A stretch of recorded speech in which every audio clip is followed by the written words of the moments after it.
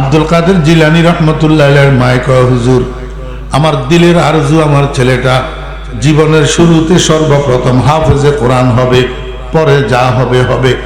এই জন্য আমার ছেলেটাকে আপনার সফরদ করলাম, আপনি আমাকে একটা হাফেজে কোরআন উপহার দিবেন।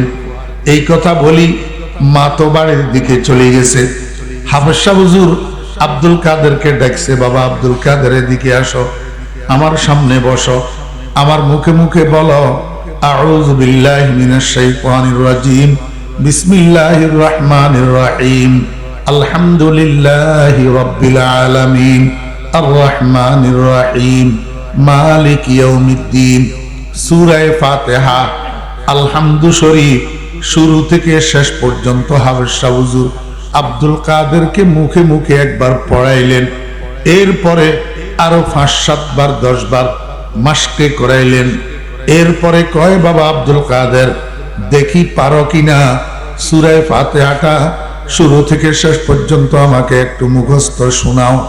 ওস্তাদজির আদেশ পাইয়া আব্দুল কাদের শুরু করছে, আউযু বিল্লাহি মিনাশ শাইতানির রাজিম, বিসমিল্লাহির রহমানির রহিম, আলহামদুলিল্লাহি রাব্বিল আলামিন, আর রহমানির রহিম।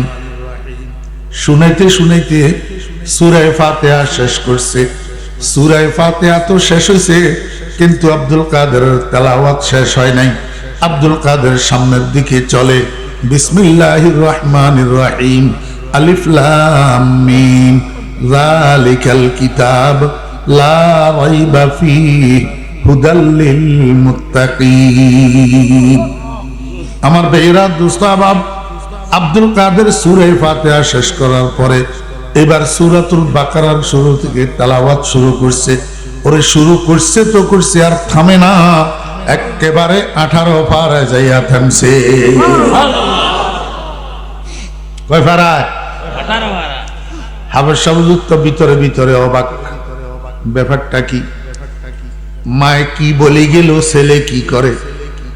এই কে আছো? আব্দুল কাদেরের মাকে খবর দাও। খবর দেওয়া হয়েছে, আব্দুল কাদেরের মা আসছে। আব্দুল কাদেরের মাকে হাফেজ সাহেব হুজুর জিজ্ঞাসা করে, বোন আপনি আমার সাথে মিথ্যা কথা বললেন কেন? আব্দুল কাদেরের মায়ে কয়, হুজুর কি মিথ্যা কথা বলছি? কয়, আপনি না বললেন আপনার ছেলেটাকে আর কোনো মাদ্রাসায় ভর্তি করার নাই, কোনো ওস্তাদের সামনে বসার নাই, কোনো লেখাপড়া করার নাই, তাহলে আপনার ছেলে 18 পারা কোরআনের হাফেজ কেমনে হইল?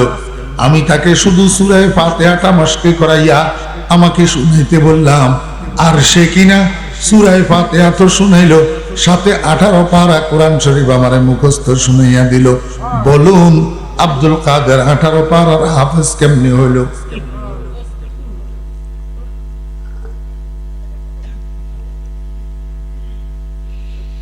আব্দুল কাদের জিলানী রহমতুল্লাহ আলাইহির মায়ে কয়, হুজুর এটার একটা কারণ আমার জানা আছে। কয়, কি কারণ? কয়, হুজুর আমি মহিলাটা একটু কোরআন তেলাওয়াত বেশি করি, আমি মহিলাটা একটু কোরআন তেলাওয়াত বেশি করি। আমার কাজের ফাঁকে আমি অবসর সময় পাইলেই কোরআন শরীফটা খুলি বসি। কোরআনে কারিমের তেলাওয়াত আমার গেজা না হলে আমার খানা হজম হয় না। কোরআনে কারিমের তেলাওয়াত আমার চোখের ঠান্ডক না হলে রাত্রে আমার চোখে ঘুম আসে না। আমার মনে আছে আমার আব্দুল কাদের যখন আমার গর্ভে ধারিত ছিল তখন আমি খুব বেশি কোরআন তেলাওয়াত করতাম। প্রতি 3 দিনে একবার কোরআন শরীফ খতম করতাম। কক্সবাজার জেলাটা পুরাটা জড়িয়ে জেনা জাদা না বাসদ জুজে জেনা কার যে মরদম সক যে সক মরদম না জায়ত যে গুন্দম যাও যে যাও গুন্দম না আয়ত। আমার মা বোনেরা পর্দার আড়াল থেকে একটু মনোযোগ সহকারে শোনেন। আল্লাহু আকবার। মানুষের পেট থেকে মানুষ জন্ম নেয়, এটাই স্বাভাবিক। মানুষের পেট থেকে কুকুরের বাচ্চা জন্ম নেয় না। ওরে কুকুরের পেট থেকে কুকুর ছানা জন্ম নেয়, মানুষ জন্ম নেয় না।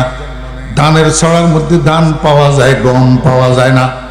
গমের ছড়ার মধ্যে গম পাওয়া যায়, ধান পাওয়া যায় না। বাপ ভালো যার বেটা ভালো, মা ভালো তার জি। গাই ভালো তার বাছুর ভালো, দুধ ভালো তার ঘি।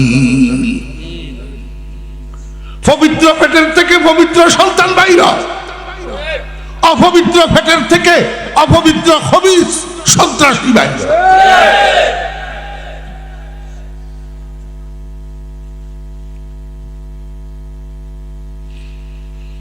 আব্দুল কাদের জিলানী রহমতুল্লাহ আলাইহির মায়ে কয়, হুজুর আমার আব্দুল কাদের যখন আমার গর্ভে ধারিত ছিল, আমার মনে আছে আমি খুব বেশি কোরআন তেলাওয়াত করতাম, প্রতি 3 দিনে একবার খতম করতাম। আমার মনে হয় আমার পেটের মধ্যে অবস্থান করার সময় আমার মুখে তেলাওয়াত শুনিয়া শুনিয়া আমার আব্দুল কাদের গর্ভের ভিতরেই 18 পারার হাফেজ হইয়া গেছে। আমার আব্দুল কাদের যখন ভূমিষ্ঠ হইছে, 18 পারা কোরআন সিনার মধ্যে লইয়া বাইর হইছে। ভূমিষ্ঠ হওয়ার পরে এই পর্যন্ত সে আর কোরআন শরীফ মুখস্থ করার সুযোগ পায় না।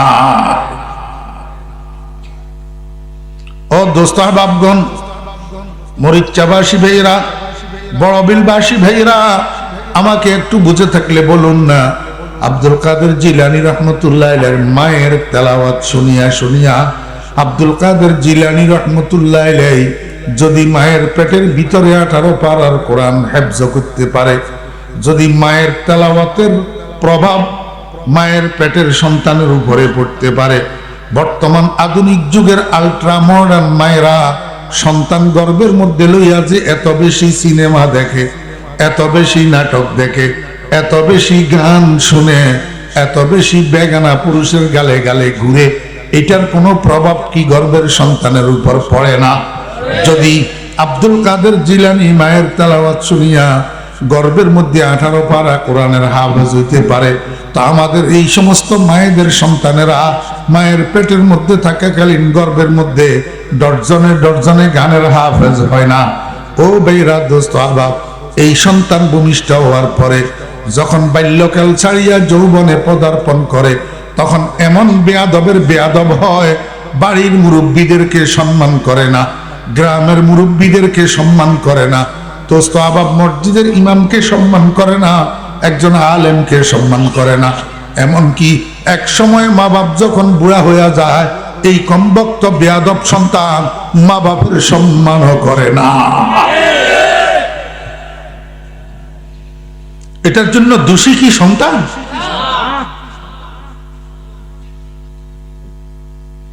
নিজের পায়ে নিজে কুড়াল মারছেন, নিজের পায়ে নিজে কুঠারাঘাত করছেন, আপনার সন্তানের যৌবন আপনি নষ্ট করছেন।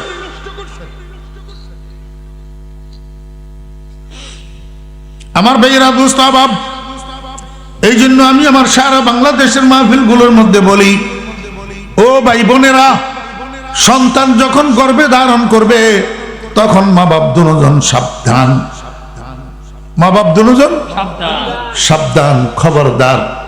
আপনাদের কথাবার্তা, আপনাদের কাজকর্ম, আপনাদের আচার আচরণের একটা প্রভাব কিন্তু গর্ভের সন্তানের উপর পড়বে। এই জন্য সন্তান গর্ভে থাকা অবস্থায় স্বামী স্ত্রী অশালীন ভাষায় কথা বলবেন না, অশ্লীল কথাবার্তা বলবেন না, একজন আরেকজনকে গালি দিবেন না, আল্লাহু আকবার, অশ্লীল কাজকর্ম করবেন না, ঘরের মধ্যে স্বামী স্ত্রী দুজন ঝগড়া করবেন না, ঝগড়া করবেন না, ঘরের মধ্যে স্বামী স্ত্রী দুজন নিজেরা কিলাকিলি আর মারামারি করবেন না। যদি এগুলা করেন তো আপনার গর্ভের সন্তান বেয়াদবির ট্রেনিং পাবে, আপনার গর্ভের সন্তান সন্ত্রাসের ট্রেনিং পাবে, আপনার গর্ভের সন্তান নাফরমানের ট্রেনিং পাবে। নিজের কপাল নিজে খাবেন, সন্তানের কিছু হবে না। সাবধান, ফাউন্ডেশন নষ্ট করবেন না।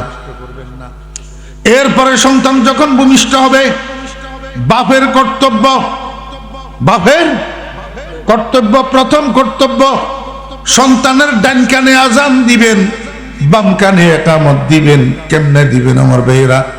এইভাবে বাপে সন্তানের হাতের তালুর উপরে নিবেন, মাথাটা বাম হাতের উপরে নিবেন, পাওগুলা ডাইন হাতের উপরে নিবেন। এতে করে সন্তানের ডাইন কানটা আপনার মুখের কাছে থাকবে। এইভাবে দড়ি বলেন, আল্লাহু আকবার, আল্লাহু আকবার, আমি আপনাদেরকে আজান শুনাইতেছি না, উদাহরণ দিতেছি। এই ডাইন কানে এইভাবে ধরি পুরো আজানটা দিবেন,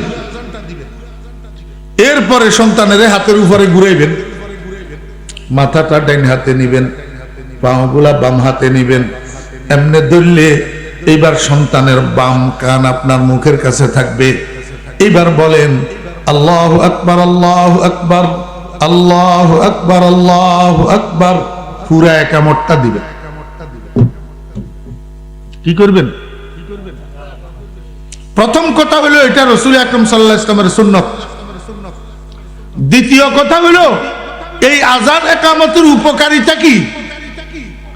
আমার ভাইয়েরা, দোস্ত আহবাবেরা, আযান ইকামতের খোলাসা তিনটা জিনিস, আযান ইকামতের সারমর্ম তিনটা জিনিস। 1 নম্বর তাওহীদ, 2 নম্বর রিসালাত, 3 নম্বর দাওয়াত ইলা সালাহ। কয়টা? তিনটা। জীবনের শুরুতে আপনার সন্তানের কানে আযান আর ইকামত দেওয়া মানে আপনি আপনার সন্তানের কলবের মধ্যে তিনটা জিনিস ঢুকাইলেন। তাওহীদ ঢুকাইলেন, রিসালাত ঢুকাইলেন, দাওয়াত ইলা সালাহ ঢুকাইলেন। 90 বছর পর্যন্ত আপনার এই সন্তান জীবন ধারণ করবে। তার আমলে ত্রুটি হইতে পারে, নামাজ 2-1 ওয়াক্ত কম পড়বে, রোজা 2-1টা কম থাকবে, কিন্তু তাওহীদের বিরুদ্ধে, রিসালাতের বিরুদ্ধে, সালাতের বিরুদ্ধে উক্তি করবে না, ইসলামের বিরুদ্ধে উক্তি করবে না, আল্লাহ আল্লাহ রাসূলের বিরুদ্ধে উক্তি করবে না, নবীজির অপমাননায় বিবৃতি তার মুখ থেকে বাইর হবে না।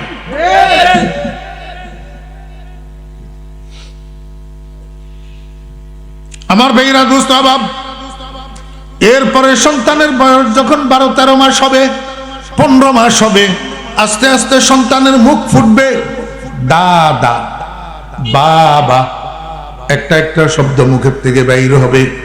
দোস্ত, যদিও সন্তানের মুখ থেকে স্বভাবগতভাবে, জন্মগতভাবে দাদা, বাবা এগুলা বাইর হয়, কিন্তু মা বাপ সন্তানের কোলের মধ্যে বসাইয়া আস্তে আস্তে মুখে মুখে বলানোর চেষ্টা করবেন আল্লাহ, আল্লাহ, আল্লাহ।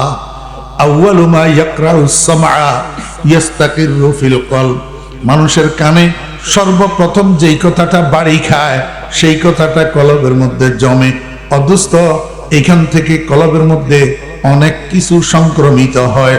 যেই সন্তান মায়ের কোলে বসে সর্বপ্রথম শুনে হরে হরে রাম রাম, সেখান থেকে সন্তানের কলবের মধ্যে হিন্দুত্ববাদ সংক্রমিত হয়। যেই সন্তান মায়ের কোলের মধ্যে বসে সর্বপ্রথম শুনে আল্লাহ, সর্বপ্রথম শুনে লা ইলাহা ইল্লাল্লাহ, সেখান থেকে সন্তানের কলবের মধ্যে ঈমান সংক্রমিত হয়।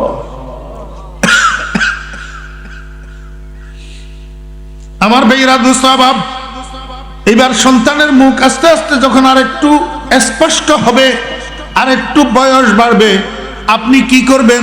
সন্তানকে আস্তে আস্তে মুখে মুখে শিখান না লা ইলাহা ইল্লাল্লাহ, লা ইলাহা ইল্লাল্লাহু মুহাম্মাদুর রাসূলুল্লাহ। ও ভাইরা, আর কিছুদিন যাওয়ার পরে যখন সন্তানের মুখ আরো একটু স্পষ্ট হবে, 3 বছর, 3.5 বছর, 2.5 বছর যখন বয়স হবে, এবার মা বাপ কোলের মধ্যে সন্তানের বসাইয়া আস্তে আস্তে শিখান আসসালামু আলাইকুম, আসসালামু আলাইকুম। সন্তানের শিখান আল্লাহ হাফেজ, খুদা হাফেজ। ও দোস্ত আহবাবেরা, সন্তানের daddy, uncle, aunty, bye bye, tata এগুলা শিখাইয়েন না।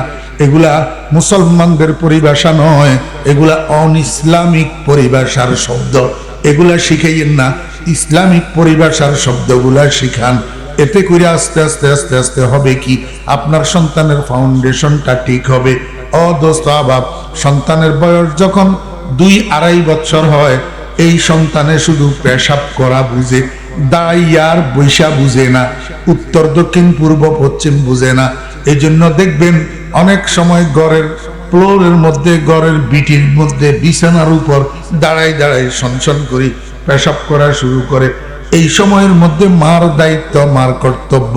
সন্তানকে কাঁধের উপরে হাত দিয়া আলতো চাপে বসাইয়া দিবেন আর বলবেন, বাবারে আমরা মুসলমানের সন্তান, আমরা দাঁড়াই পেশাব করি না, বসি পেশাব করো।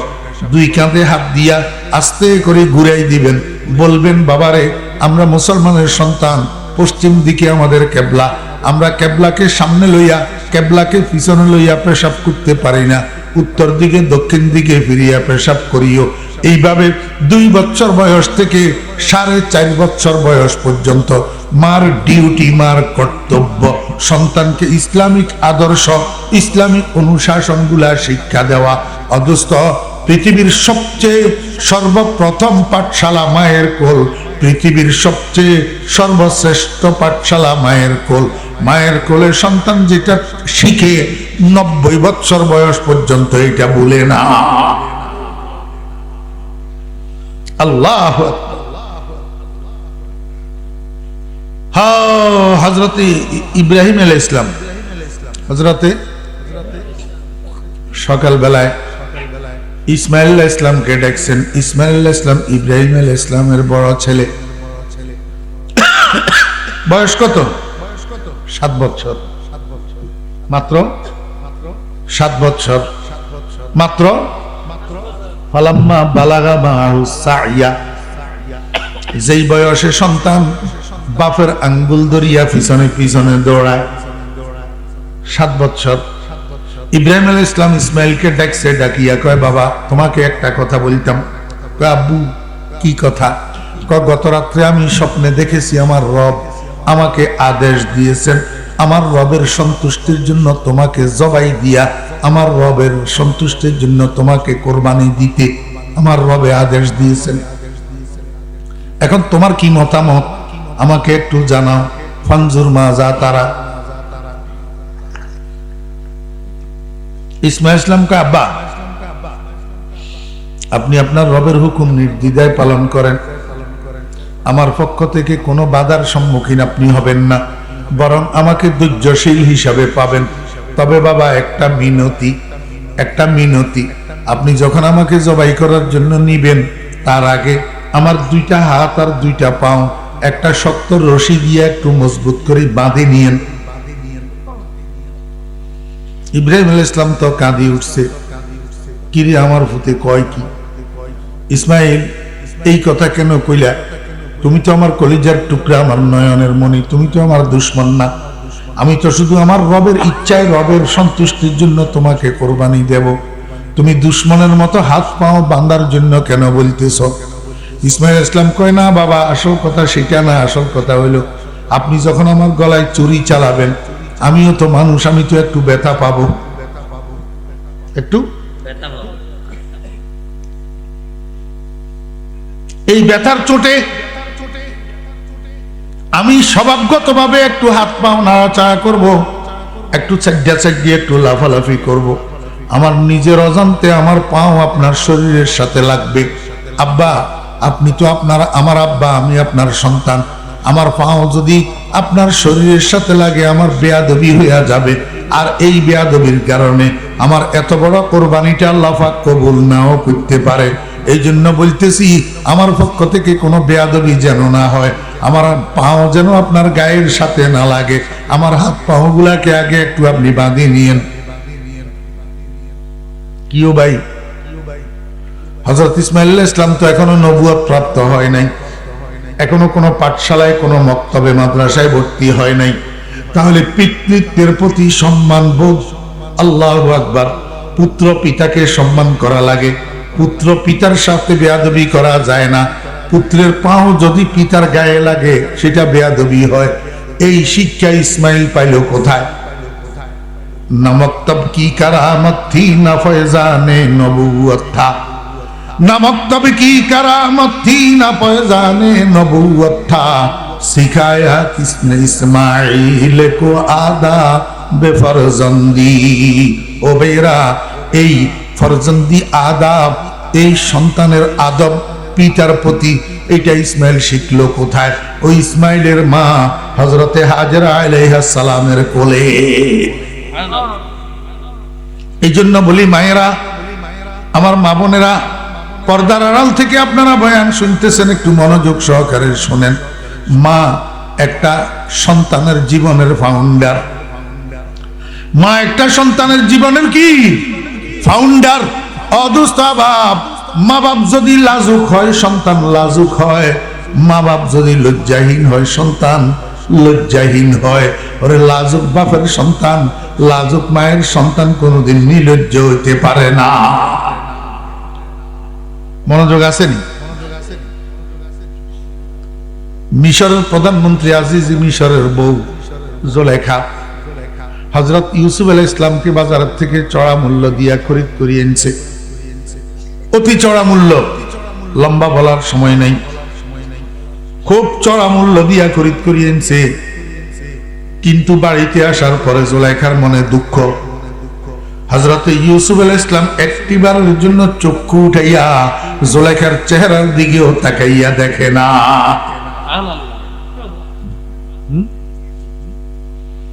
জুলেখা মনে মনে কয়, বন্ধু, বাপের বাড়িতে থাকাকালীন 3 রাত্রি তোমার স্বপ্ন দেখলাম, স্বপ্নের মধ্যে তোমার থেকে তোমার পরিচয় পাইলাম।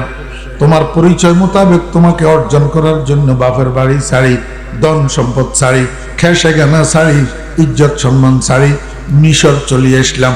তোমার প্রেমে আসক্ত হইলাম, মিশরের নারী সমাজের কাছে কুটুক্তির পাত্রী হইলাম, জীবন যৌবন সব বিসর্জন দিলাম তোমাকে পাওয়ার জন্য। একটা পুরুষত্ব শূন্য নামরদ স্বামীর কাছে বিয়ে বসি, ঘর সংসার করতে আসি, এত চড়া মূল্য দিয়া তোমাকে খরিদ করিয়ে আনলাম, তুমি আমার চেহারার দিকে তাকাইয়া দেখো না। বন্ধু, ঠিক আছে, আমিও দেখি কেমনে তুমি না তাকাও। জুলেখা মনে মনে ফোন দিয়ে আসছে, হাপ্তমখানা একটা বানাইছে। হাপ্তমখানা কি? হাপ্তমখানা, হাপ্তমখানা মানে একটা কামরা, একটা রুম।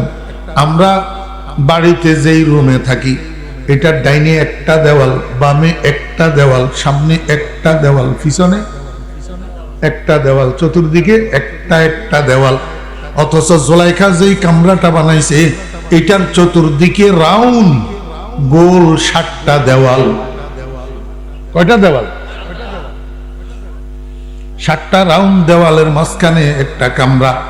প্রত্যেকটা দেওয়ালের মধ্যে এমনি সোজা এক একটা দরজা, প্রত্যেকটা দরজার মধ্যে লোহার কপাট। ভিতরে এই কামরা, এটার ভিতরে জুলেখা কি করছে জানেন? আল্লাহু আকবার। আমার ভাইয়েরা, দোস্ত বাবেরা, কমার্শিয়াল আর্টিস্ট আনছে, আর্টিস্ট, কমার্শিয়াল আর্টিস্ট, বাণিজ্যিক চিত্রশিল্পী। আগে কম্পিউটার বাইরে হওয়ার আগে ওই যে সাইনবোর্ড লিখতো, ছবি আঁকতো আর্টিস্টেরা, এই আর্টিস্ট এগুলারে আনছে। আনিয়া হাপ্তমখানা এটার ছাদে, ফ্লোরে, চতুর্দিকের দেওয়ালে চিত্র অঙ্কন করছে। চিত্র অঙ্কন কিসের চিত্র? হযরত ইউসুফ আলাইহিস সালাম আর জুলেখার চিত্র। কিরকম চিত্র? ইউসুফ আলাইহিস সালাম এবং জুলেখা দুইজনের একজনের শরীরেও বস্ত্র নাই। নাউজুবিল্লাহ মিন যালিক। বস্ত্র, দুজন বিবস্ত্র, উলঙ্গ।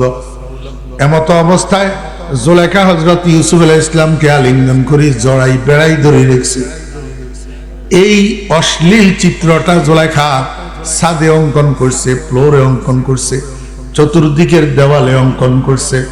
দরাখানা মুসাব্বার সাখতে হারজা, দরাখানা মুসাব্বার সাখতে হারজা, মেসালে ইউসুফ ও শকলে জুলেখা। আমার ভাইয়েরা, দোস্ত আহবাব, একদিন জুলেখার স্বামী আজিজ মিশর এক জায়গায় যাইতেছে এক কাজে। যাওয়ার সময় জুলেখাকে বলছে, জুলেখা, আমি একটু দূরে এক কাজে যাইতেছি, আসতে সন্ধ্যা হবে। জুলেখা কয়, ওকে যাও। স্বামীকে বিদায় দিয়া এবার জুলেখা মনে মনে খুশি। আমি এই সুযোগটাই তো তালাশ করতেছিলাম, আজকে যখন সুযোগটা পাইছি আর হাত ছাড়া করব না। তো দাসী রে ডাকছে, দাসী, দাসী বান্দি, বান্দিরে ডাকি। জুলেখা বান্দির হাতের মধ্যে 7টা তালা দিছে, লোহার তালা, বড় বড় মজবুত তালা। আর বলছে, ও বান্দি, আমরা দুজন যখন ভিতরের রুমে যাইয়া প্রবেশ করব, তুই বাহিরের থেকে প্রত্যেকটা দরজার মধ্যে একটা একটা তালা লাগাইয়া দিবি। আমি কিন্তু ঘরের ভিতর থেকে দরজা খোলার কোনো সিস্টেম রাখি নাই। তোরে আমি বিশেষ একটা পন্থায় ইনফরমেশন করব, তখন যাইয়া তুই তালাগুলা খুলবি, এর আগে খুলবি না। এই কথা বলি জুলেখা হযরত ইউসুফ আলাইহিস সালামকে ফুসলাইয়া ফাসলাইয়া নিয়া ঢুকছে হাপ্তমখানার ভিতর। পিছন থেকে বাঁধি প্রত্যেকটা দরজার মধ্যে বাইরে দিয়া একটা একটা তালা লাগাইয়া দিছে। আল্লাহর পয়গম্বর, হবু পয়গম্বর হযরত ইউসুফ আলাইহিস সালাম যখন ঘরের ভিতরে কদম রাখছে, নজর কোন দিকে? সামনের দিকে। মানুষ হাঁটে কোন দিকে তাকাইয়া? এটা হলো জ্ঞানী মানুষের কাজ। মানুষ সামনের দিকে তাকাইয়া তাকাইয়া হাঁটে, পিছনের দিকে তাকাইয়া হাঁটলে অথবা যেদিকে হাঁটে সেদিকে না তাকায়। তো নিঃশ্বাস চলার মানে জীবনের গাড়ি চালু, জীবনের গাড়ি চালু। এই জীবনের গাড়ি কোন দিকে যাইতেছে? দোস্ত কবরের দিকে। কোন দিকে যাইতেছে? তাহলে বুঝতে হবে যে আমরা হাঁটতেছি কবরের দিকে। প্রতিনিয়ত আমাদের জীবনের গাড়ি কবরের দিকে যাওয়া মানে আমরা হাঁটতেছি কোন দিকে? কবরের দিকে। কিন্তু তাকাই রইছি কোন দিকে? গাড়ির দিকে, বাড়ির দিকে, জমিনের দিকে, ক্ষেতের দিকে, ব্যবসার দিকে, বাণিজ্যের দিকে, চাকরি বাকরির দিকে, রাজনীতির দিকে, সর্দারের দিকে, মাতাব্বরের দিকে। রাত্র দিন 24 ঘন্টা নজর তো খালি সেই দিকে, কিন্তু হাঁটতে তো আছি কবরের দিকে। কদম সোয়ে মারকাদ, नजर सोए दुनिया, किधर जा रहे हो, किधर देख रहे हो, किधर जा रहे हो, किधर देख रहे हो। আল্লাহর আরেফ কয়, খোদার বান্দা যাইতেছ কোন দিকে, তাকাইতেছ কোন দিকে, হাঁটতেছ কোন দিকে, তাকাইতেছ কোন দিকে? ওরে যাইতেছ কবরের দিকে, প্রতিনিয়ত তাকাইয়া রইলার দুনিয়ার দিকে। কবরের কাজের কোনো চিন্তা নাই, কবরের কাজের দিকে তোমার কোনো নজর নাই। তোমার তো 24 ঘন্টার নজর আর চিন্তা দুনিয়ার দিকে। এইভাবে যদি তোমার হাঁটা হয়, এইভাবে যদি তোমার জীবনের গাড়ি চলে, ওরে একটা স্টপেজে যে অ্যাক্সিডেন্ট করবা, সেই স্টপেজটার নাম হলো মৃত্যু শয্যা। সেই স্টপেজটার নাম হলো মৃত্যু শয্যা। ও হতভাগা পোড়া কপাল, মৃত্যু শয্যায় যখন তুই যাইয়া শায়িত হইবি, তোর রুহুটারে আজরাইল একদিকে টানবে আর দুনিয়াদারি এগুলায় আরেক দিকে টানবে। খালকে জাল্লা বন্দে মারা সোয়েশা, খালকে জাল্লা বন্দে মারা সোয়েশা, দিল গুরি জদ সোয়ে খাল্লাকে জাহা। ওরে আজরাইলে টানবে একদিকে, তোর বউ বাচ্চা টানবে আরেক দিকে। আজরাইলে টানবে একদিকে, তোর দোকানপাট রাজনীতি এগুলা টানবে আরেক দিকে। তার মানে কি? অর্থাৎ এগুলা টানার মানে কি? অর্থাৎ আজরাইল একদিকে টানে, সেদিকে তোর কোনো খেয়াল নাই, সেদিকের সুখ শান্তির খেয়াল নাই। তোর দিলের ভিতরে এখনো দুনিয়ায় দাঁড়িয়ে ঘুরে। এই কসমকসের মধ্যে আজরাইল শেষিয়া তোর রুহটা টানি বাইর করবে। হতভাগা, তুই অ্যাক্সিডেন্ট করবি, ঈমান তখন তোর মধ্যে থাকবে না, কালিমা তখন তোর মুখে থাকবে না। कदम सोए मरकद, नजर सोए दुनिया, किधर जा रहे हो, कहाँ देख रहे हो। ও বেরা দোস্ত আবাব, হযরত ইউসুফ আলাইহিস সালাম যখন হাপ্তমখানার মধ্যে ঢুকছে, নজর কোন দিকে? স্বভাবগতভাবে সামনের দেওয়ালের উপরে যাইয়া নজর পড়ছে। কিন্তু নজর পড়ছে দেওয়ালের উপর, এক সেকেন্ডও হযরতে আল্লাহু আকবার ইউসুফ আলাইহিস সালাম নজর দেওয়ালের উপরে স্থির করতে পারে নাই। এমনি সেকেন্ডের মধ্যেই নজর ঘুরে গেছে নিচের দিকে, দৃষ্টি নিচের দিকে অবনত হয়ে গেছে। কারণটা কি? দেওয়ালের উপরে দৃষ্টি স্থির রাখতে পারলেন না কেন? লজ্জার কারণে। কিসের কারণে? আমার ছোট ভাইয়েরা মনোযোগ আসেনি? এখন তোমরা যে মুসলমানের ঘরে জন্ম নিয়া, মুসলমান আব্বার রসে জন্ম নিয়া, মুসলমান মায়ের দুধ পান করিয়া তোমরা যে অমুসলিমের ফলার মতো এই স্মার্টফোনের ভিতরে, অ্যান্ড্রয়েড ফোনের ভিতরে রাত্রের 10টা থেকে 11টা থেকে 2টা 3টা পর্যন্ত সমস্ত অশ্লীলতার মধ্যে ডুবে থাকো, ইউটিউবের মধ্যে, ফেসবুকের মধ্যে, হ্যাঁ কি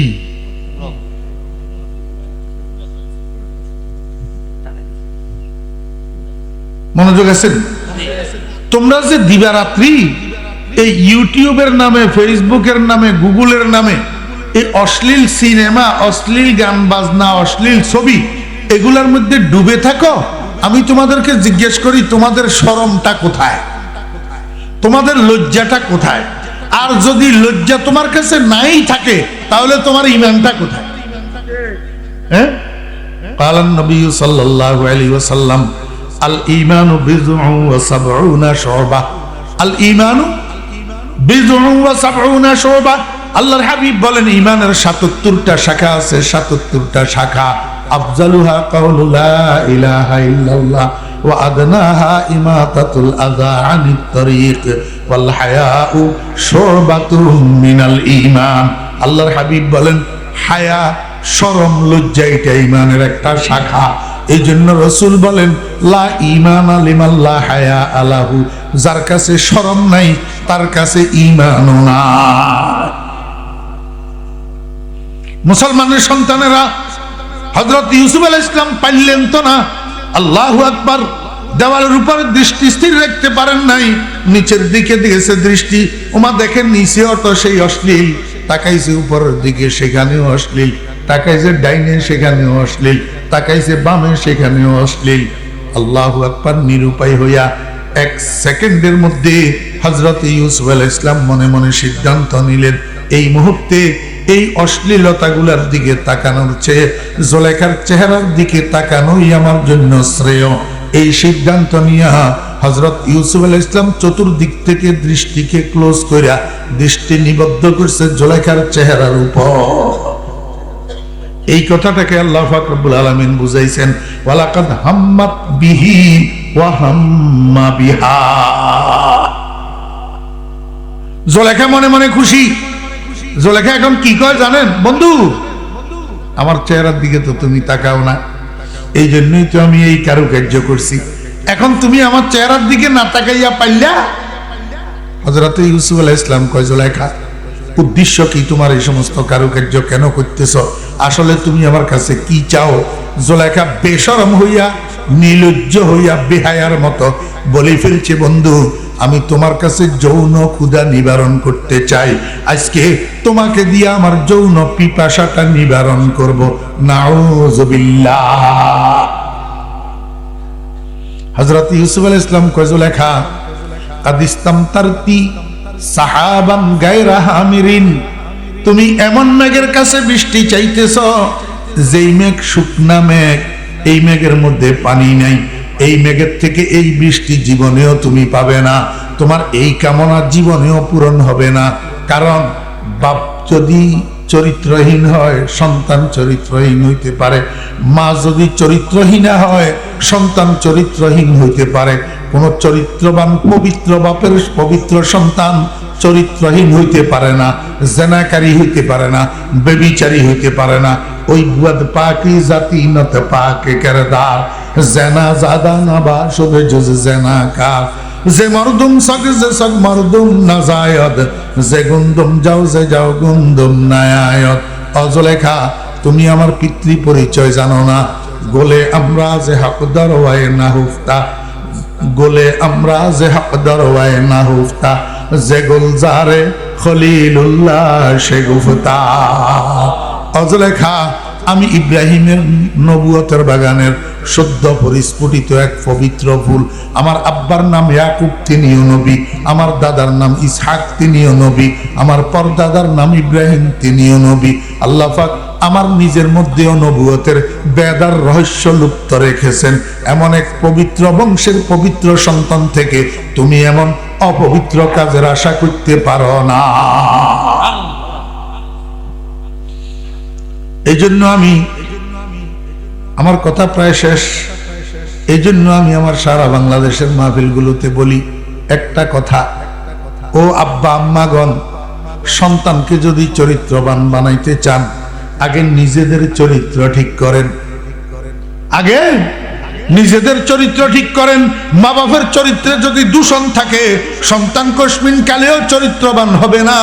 আমার বেরা দোস্ত আবাব, যদি ছাত্রদেরকে চরিত্রবান বানাইতে চান আগে শিক্ষক মহোদয়গণ চরিত্রবান হইয়া যান। ওরে শিক্ষক যদি কলমের খোঁচায় সরকারি টাকা চুরি করে, ছাত্র ড্যাগারের খোঁচায় জনগণের টাকা ডাকাতি করবে, এটাই তো স্বাভাবিক। ও ভাইরা, দোস্ত আবাব, যদি কর্মীদেরকে চরিত্রবান বানাতে চান, আগে নেতা বাবারা চরিত্রবান হইয়া যান।